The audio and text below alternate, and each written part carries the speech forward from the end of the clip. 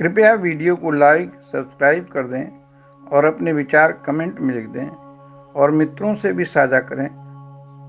बर्हापीडं नटवरवपुः कर्णयो कर्णिकारं भीम्रन्वास कनककपिशं वैजयन्तीं च मालां रन्ध्रान्वेणोदरसुधया पूरयन् गोपवृन्दैः वृन्दारण्यं सपदरमणं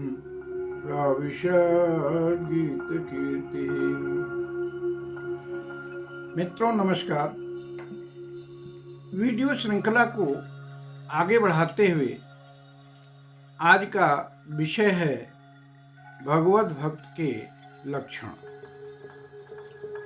राजा निमि ने दूसरे योगेश्वर हरि जी से पूछा कि भगवत भक्त के लक्षण क्या होते, उनके धर्म स्वभाव आचरण कैसा होता है, क्या बोलता है, किन लक्षणों के कारण भगवत भक्त हो जाता है।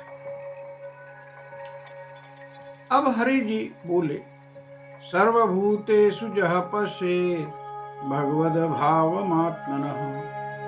जो सभी भूतों में आत्मस्वरूप परमात्मा को देखता है। भूतानि भगवत्यात्मनीश भागवतोत्तमः। और पुनः सभी भूतों को परमात्मा में स्थित देखता है। भाव ये कि सभी भूत परमात्मा स्वरूप ही हैं। ऐसी जिसकी बुद्धि होती है उसे भगवत भक्त या भागवत समझे। गीता में उल्लेख है, जो मुझे सर्वत्र देखता है और सबको मुझ में देखता है उससे मैं नहीं छिपता।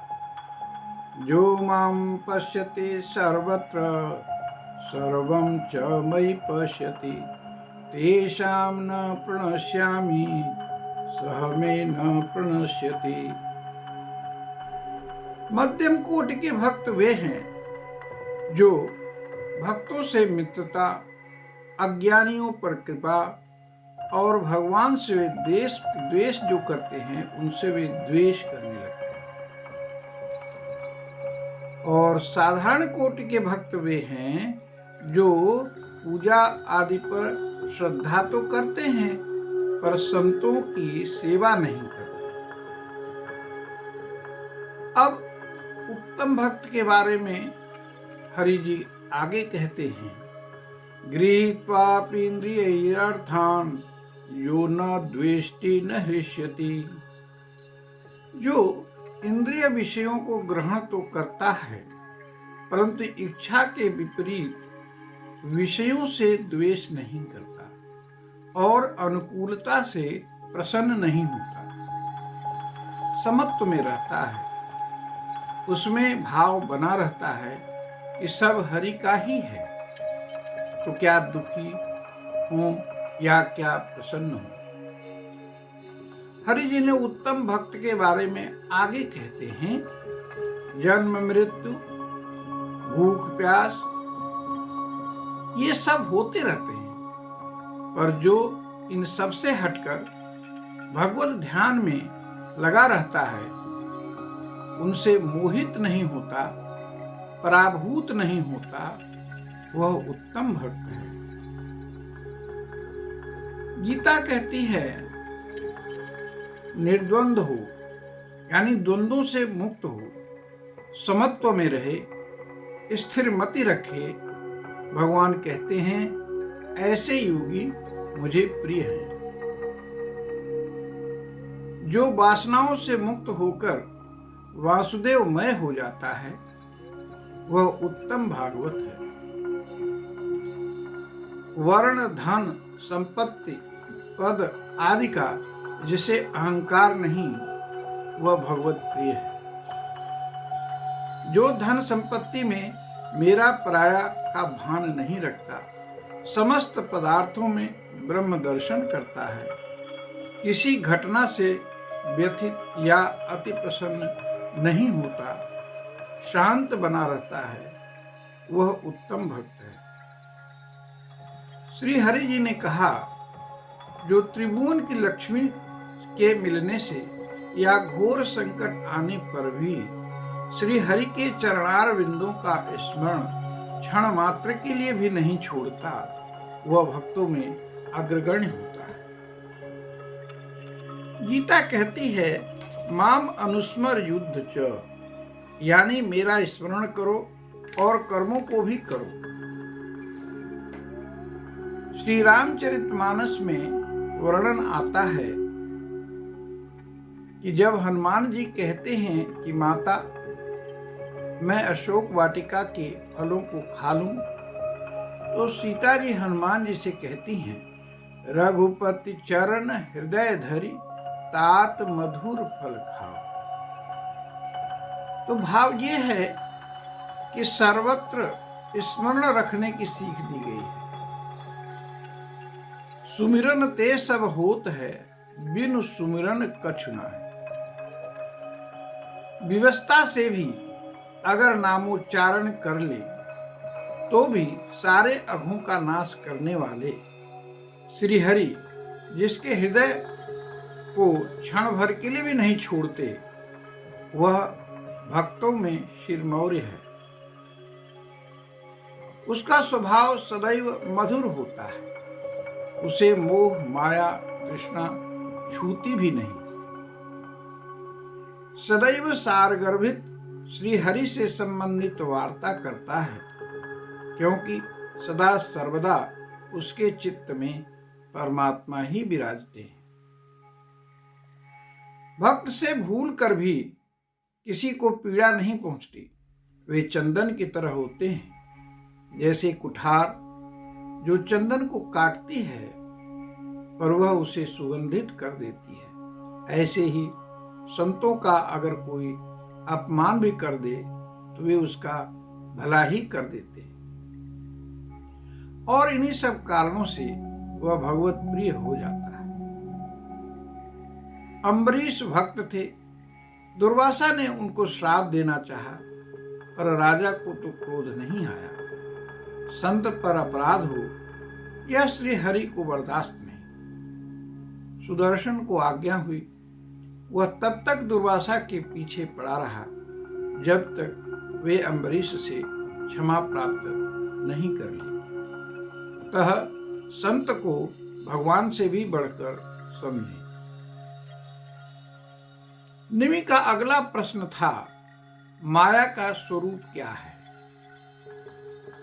अब तीसरे योगेश्वर अंतरिक्ष जी ने कहा, राजन, माया का स्वरूप अनिर्वचनीय है, इसलिए उसके कार्यों द्वारा ही उसका निरूपण होता है।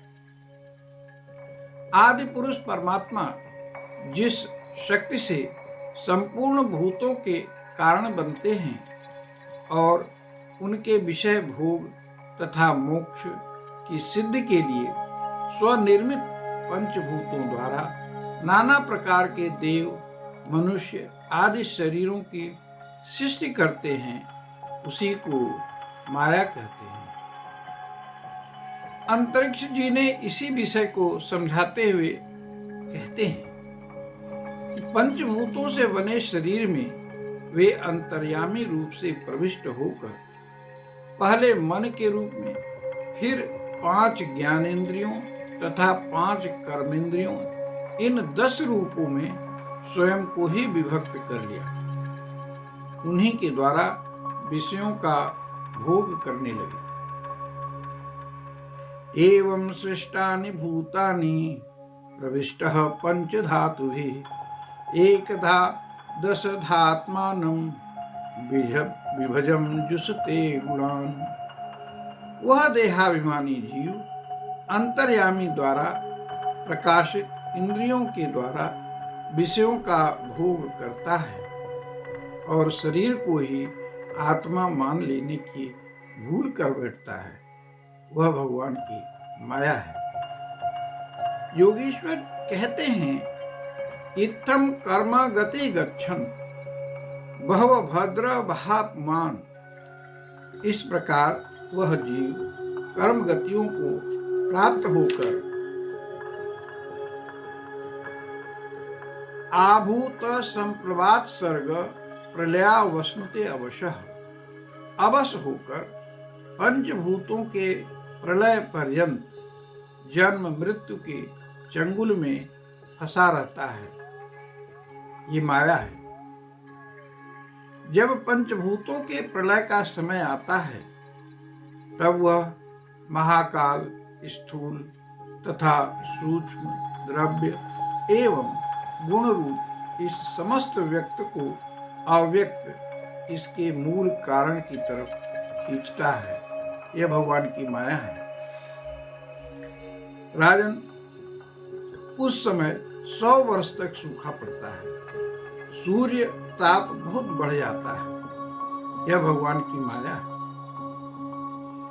उस समय अग्नि की भयंकर लपटें निकलती हैं। ये लपटें पाताल लोक को जलाने लगती हैं। इसके बाद भयंकर वर्षा होती है जिससे यह विराट ब्रह्मांड जल में डूब जाता है। यह भगवान की माया है। उस समय विराट पुरुष ब्रह्मांड शरीर को छोड़ सूक्ष्म अव्यक्त में लीन हो जाता है। यह भगवान की माया है। वायु पृथ्वी की गंध को खींच लेता है। इससे पृथ्वी जल रूप हो जाती है। वही वायु जब जल के रस को खींच लेती है तो जल अग्नि रूप हो जाता है। यह भगवान की माया है।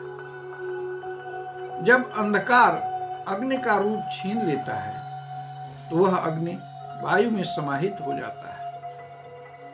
जब अवकाश रूप आकाश वायु की शक्ति, स्पर्श शक्ति को छीन लेता है तो वह आकाश में लीन हो जाता है। इसे माया कहते हैं। अब ईश्वर आकाश से शब्द गुण को हर लेता है, तब वह तामस अहंकार में लीन हो जाता है। इंद्रियां और बुद्धि राजस अहंकार में, मन सात्विक अहंकार में, उत्पन्न देवताओं के साथ सात्विक अहंकार में प्रवेश कर जाता है तथा अपने 3 प्रकार के कार्यों के साथ अहंकार समत महत्त्व में लीन हो जाता है। महत्त्व प्रकृति में और प्रकृति ब्रह्म में लीन हो जाती है। फिर इसी के उल्टे क्रम में सृष्टि होती है। यह भगवान की माया है। अंतरिक्ष जी ने कहा, इस सृष्टि के उत्पन्न, स्थिति और संहार करने वाली यह त्रिगुणमयी माया है। इसका वर्णन हमने किया। भाव ये कि जहां हम देख पाते हैं या सोच पाते हैं या हमारी सोच से बाहर है, वो सब माया ही है। माया सत्य को छुपा लेती है और जो असत्य यानी जो विनाशी है, वह जिस कारण से सत्य प्रतीत होता है वही माया है। ब्रह्म इसी माया से विश्व को रचते हैं, पालते हैं और संहार कर लेते हैं। आज हम यहीं अपनी वाणी को विश्राम देते हैं। अगले वीडियो में अगला प्रश्न पर विचार करेंगे। आप सभी को बहुत बहुत धन्यवाद। कृपया वीडियो को लाइक, सब्सक्राइब कर दें और अपने विचार कमेंट में लिख दें और मित्रों से भी साझा करें ताकि ये सद्विचार सभी भाई बहनों तक पहुंच जाए। नमस्कार।